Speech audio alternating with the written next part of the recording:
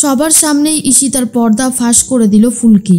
সম্পূর্ণ জানতে ভিডিওটিতে একটি লাইক করে প্রথম থেকেই দেখতে থাকো। গল্পের শুরুতেই দেখা যায় ছন্দককে বাড়িতে নিয়ে এসে ভালো মন্দ খাওয়াতে থাকে ঈশিতা, আর বলতে থাকে, আরে এসো না এসো, ছন্দক তুমি এরকম করছো কেন?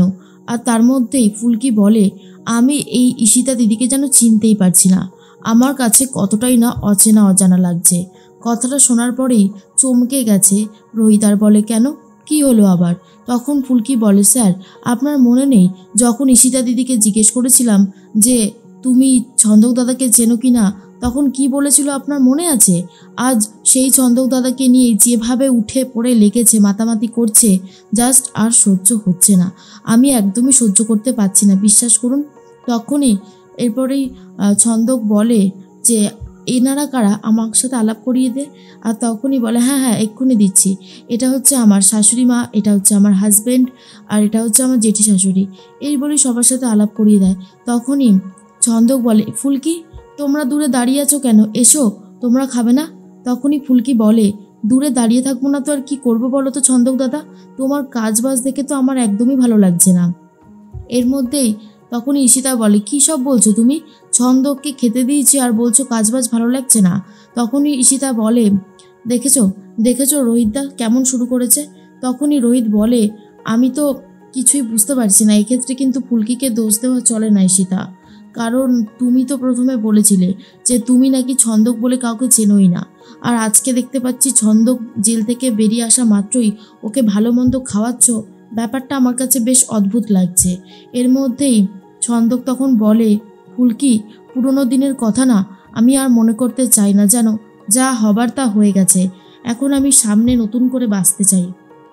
ফুলকি বলে, তাহলে তো আবার তুমি ভুল করবে ছন্দক দাদা, বন্ধু ভেবে যে মানুষগুলোকে আপন করে নিয়েছিলে তারাই দেখবে আবারও শত্রু হয়ে কখন থেকে পেছনে ছুরি মারছে। শুনেই তো ছন্দক চমকে যায়। আর এরপর ঈশিতা বলে, ফুলকি তুমি কিন্তু সমস্ত লিমিট ক্রস করে যাচ্ছ, তোমার সাহস হয় কি করেছে তুমি আমাকে এতগুলো কথা শোনালে? বলো তোমার কি করে সাহস হয়? ফুলকি তখন বলে, সাহস কি আর এমনি এমনি হয় ঈশিতা দিদি, সাহস করে নিতে হয়। তোমাকে দেখে বোঝা যাবে যে তোমার এত সাহস রয়েছে, তুমি এখানে আকাজ কুকাজ করে বেড়াচ্ছ, তোমার পর্দা কি করে ফাঁস করে দিতে হয় সেটা আমিও খুব ভালো মতন জানি।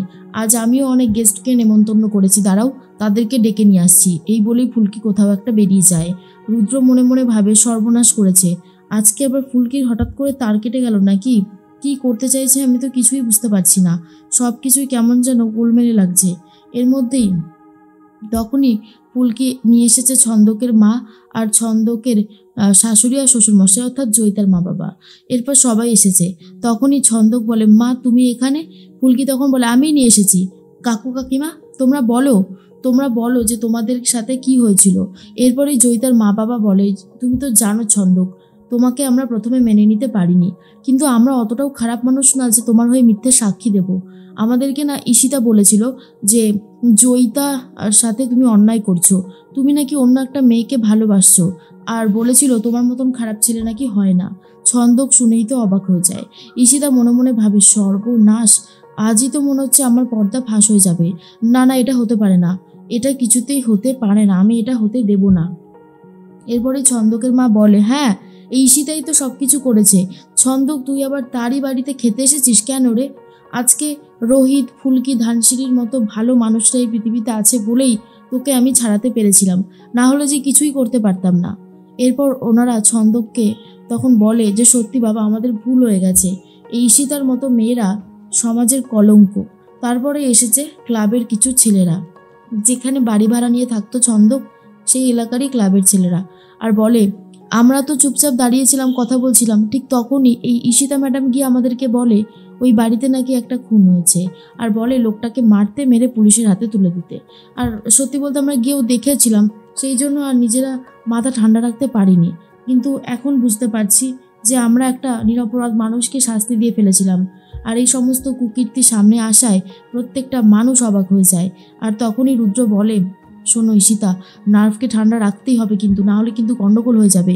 এর মধ্যেই ঈশিতা বলে, এগুলো দিয়ে কি প্রমাণিত হয়? হ্যাঁ, আমি তো বলছি আমি করেছি, কিন্তু সেই মুহূর্তে বন্ধু যদি দেখি আর এক বন্ধুকে মেরে ফেলেছে, তখন কি আর কোনো উপায় থাকে? ছন্দক, আমার কথাটা শোন। কিন্তু ছন্দক কোনো কথা না শুনে সেখান থেকে চলে যায়। ফুলকি তখন বলে, তোমাকে যত দেখছি ততই অবাক হয়ে যাচ্ছি। জানো ঈশিতা দিদি, তুমি নাকি এই ভদ্র মানুষ। আজকে বুঝতে পারছি তুমি কত ভদ্র। এর মধ্যে জেঠুমনি এসে বলে, ঈশিতা, তুমি পার্টি থেকে এই শিক্ষা পেয়েছো? আর রুদ্র, তুমি এই সমস্ত নেত্রীদের তৈরি করেছো, তাই তো? শোনো ঈশিতা, তোমার ইমিডিয়েটলি আমাদের পার্টিতে পদত্যাগ করা উচিত। কথাটা শোনার পরে ঈশিতা ভয় পেয়ে যায় আর মনে মনে ভাবে, এতদিন ধরে একটু একটু করে নিজের জন্য যে জায়গাটা তৈরি করেছিলাম, অবশেষে তাহলে সেই জায়গাটা হাতছাড়া হতে চলেছে? না না, এত সহজে কোনোভাবেই যে হাতছাড়া হতে দিতে পারবো না। আমাকে নিজেকে শক্ত রাখতেই হবে। এরপরে রুদ্র বলে, জেঠুমনি যেভাবে খেপেছে আর কিছু করার নেই। ঈশিতা এবারে শেষ। রুদ্র তখন বলে, বলছিলাম কি মাস্টারমশাই, পার্টিতে কে কোথায় কখন কি করে বেড়াচ্ছে সেটা তো আর সবসময় লক্ষ্য রাখা হয় না। মাস্টারমশাই বলে, কেন হয় না? তুমি তাহলে এই সমস্ত নেত্রীদেরকে কেন দলে যোগ দিয়েছো বলো? কেন?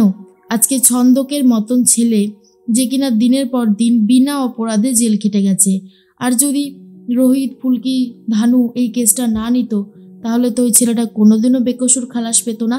আর একটা মিথ্যে মামলায় নিজেকে এতদিন ধরে রেখে দিয়েছিল। ঠিক এবার বলো তো, তোমাদের সাথে এরকম হলে তোমরা কি করতে? তখন ঈশিতার কোনো কথা বলতে পারে না।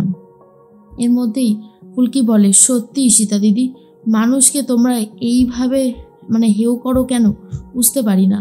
তোমার এই ভালো মানুষের পিছনে যেই মুখটা রয়েছে সেটা কিন্তু সবাই জেনে গেল। কাবেরী তখন বলে, শোনো ঈশিতা, তুমি এত বড় একটা অসৎ মানুষ। আমার তো এখন মনে হচ্ছে তোমার সাথে আমার তমালের বিয়ে দেওয়াটা একদমই উচিত হয়নি। তমাল অনেস্ট ম্যান, বুঝেছো? তোমার মতন না, 2 নম্বরই। আর এই সমস্ত শোনার পরে তখনই বারবার করে ধানু বলে, এ সমস্ত কথা এখন খুব ভালো লাগছে তো ঈশিতাদি। লাবু বলে, তুমি একটা কথা বলো তো ঈশিতা, তুমি কার কথায় এই সমস্ত কিছু করেছিলে? আর তখনই ঈশিতা মনে মনে ভাবে, সর্বনাশ করেছে, কি করে এখন রুদ্রতার নামটা বলবো? আর তখন বারবার করে রুদ্রতার দিকে তাকাতে থাকে। লাবু বলে, তুমি রুদ্রর দিকে তাকাচ্ছ কেন? তবে কি তোমাকে রুদ্র এই কথাটা বলেছিল? এরপর রুদ্র পেট ব্যথা নাটক করতে শুরু করে। আর তখনই হৈমন্তী বলে, লাবু, তোর কি পুরোপুরি মাথা টাথা খারাপ হয়ে গেছে নাকি? সবার সামনে তুই নিজের স্বামীর দিকেই আঙুল তুলছিস। এরপরে রুদ্রদা আবার, আমি আর থাকবো না, আমার আর এখানে ভালো লাগছে না, চলে যাব। এই এত ঝামেলা আমি আর নিতে পারছি না। এই বলেই বাড়িতে চলে যায়। তখনই ফুলকি বলে, দিদি যখনই এই কথাটা বলল, তখনই কেমন যেন মনে হলো পেট ব্যথার নাটক করে এড়িয়ে যেতে চাইছে। লাবুরও এই সন্দেহটাই হতে থাকে আর বলে, আমি জানি রুদ্রর কিছু হয়নি, জাস্ট নাটক করে এখান থেকে বেরিয়ে যাবে বলে এই প্ল্যানটা করলো। রোহিত বলে, ফুলকি কি ভাবছো? ফুলকি তখন বলে, স্যার এটাই ভাবছি যে জামাইবাবুর কিন্তু কিছু হয়নি, তবুও জামাইবাবু জাস্ট একটা নাটক করে এখান থেকে বেরিয়ে যাওয়ার প্ল্যান করলো।